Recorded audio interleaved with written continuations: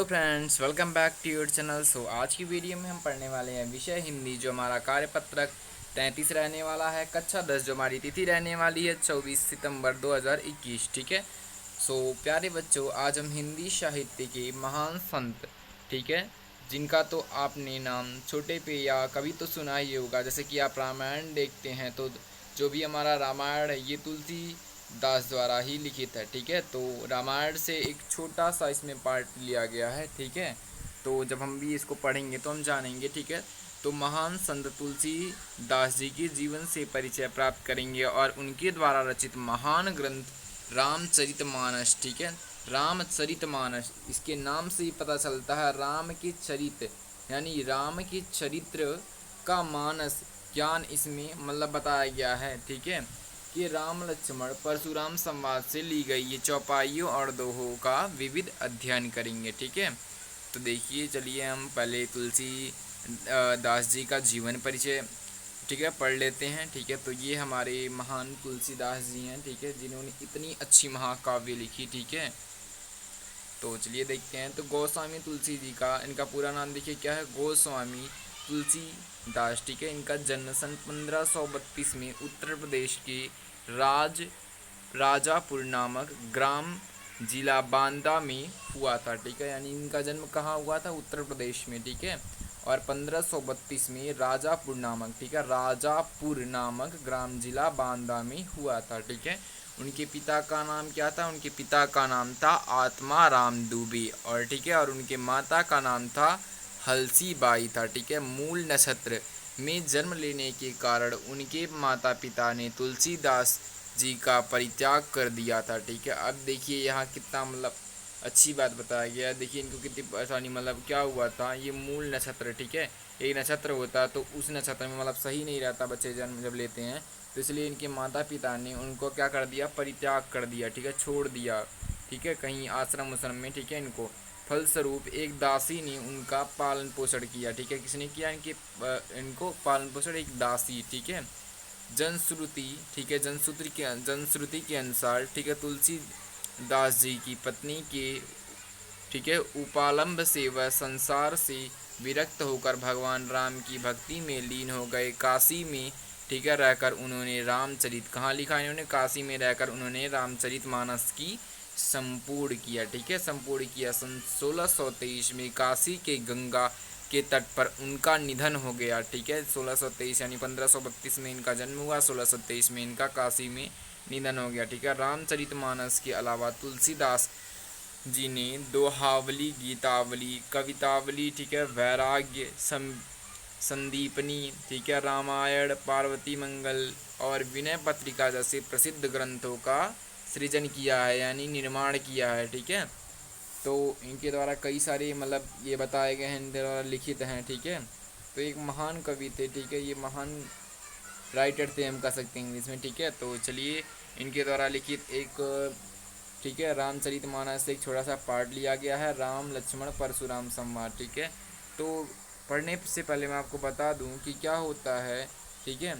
एक बार ऐसा होता है कि जब सीता जी का, मैं बीच से बता रहा हूँ, जब सीता जी का मतलब शादी जब होने वाला था, दशरथ जो होते हैं, पहले जो होता था ना वो स्वयंवर होता था। ठीक है, मतलब स्वयंवर चुने जाते थे। ठीक है, उनकी बल के आधार पर। ठीक है, तो चुने जाते थे। ठीक है। तो ऐसा होता है कि जो दशरथ होते हैं वो मतलब उनसे कहा जाता है कि मतलब उनको मतलब कहा हुआ होता है कि उनको, उनके पास एक शिव धनुष रहती है, तो उसको, उस धनुष को जो उठा के अपने बाहुओं से बांध देगा वो ही सीता का वर कहलाएगा। ठीक है। तो ऐसा उन्होंने मतलब वो स्वयंवर रचाते हैं, मतलब हर मतलब अलग अलग राज्यों में निमंत्रण देते हैं। ठीक है, स्वयंवर का, तो सभी राजाएं आते हैं। ठीक है। और क्या होता है उसमें, श्री रामचंद्र जी, लक्ष्मण जी भी आते हैं। ठीक है। और वो लोग क्या, तो वो भी अपने गुरु के साथ आते हैं। ठीक है। तो इस प्रकार हम इसको पढ़ते हैं। ठीक है। तो हमें और अच्छे से समझ में आएगा। ठीक है। तो चलिए इसको हम पढ़ते हैं। ठीक है। चलिए। नाथ समुंदन भंजनिहारा, होई केहू एक दास तुम्हारा।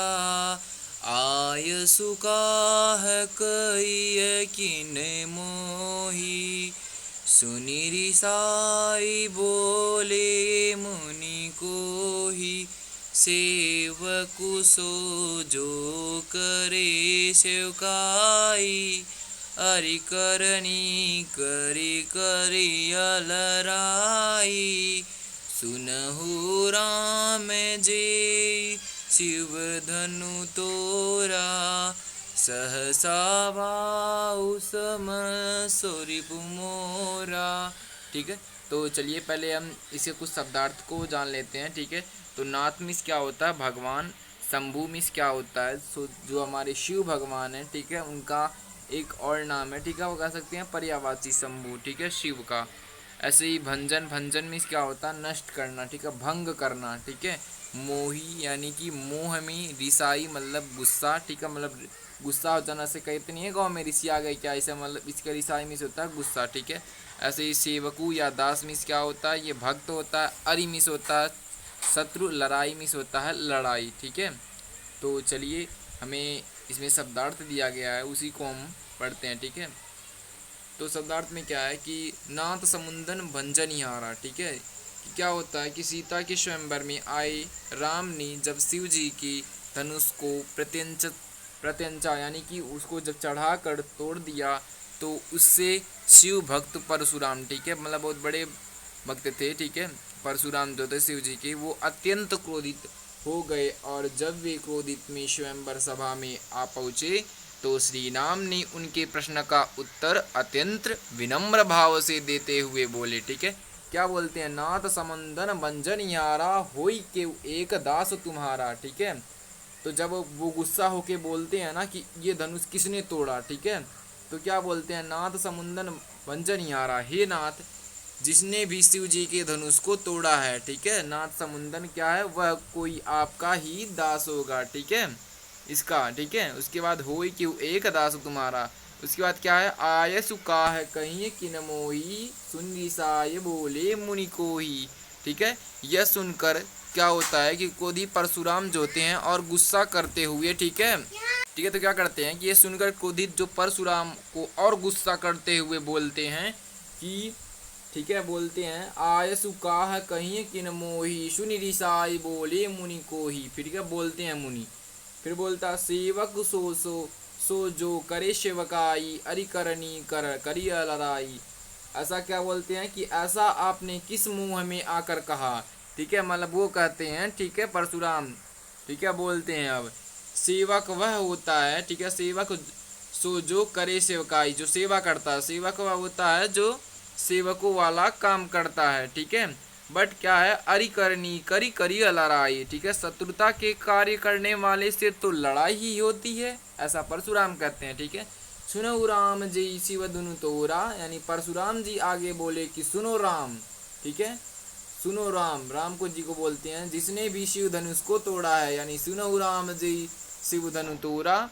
उसके बाद बोलते हैं सहसा भाव समसोरिपु मोरा, ठीक है, वह सहसा भाव के समान ही मेरा शत्रु है। सहसा भाव कौन है? इनके एक शत्रु रहते हैं जिसके 100 भुजाएं रहती हैं, बाहु रहते हैं, ठीक है, इनको इनके बहुत बड़े शत्रु रहते हैं, तो उसको वो मार देते हैं, ठीक है, उसके मतलब सहसा भाव को काट देते हैं, ठीक है। तो वो उनसे मतलब कंपेयर करते हैं, ठीक है, मतलब तुलना करते हैं कि इस धनुष को जिसने तोड़ा वह सहसा भाव के समान ही मेरा शत्रु है, ठीक है। तो चलिए अब हम ये हमें कुछ आसान से, ठीक है, वस्तुनिष्ठ प्रश्न दिए गए हैं, उनको हम करते हैं, ठीक है। तो पहला जो हमारा क्वेश्चन है इसमें बोला है कि तुलसीदास जी द्वारा रचित ग्रंथ नहीं है।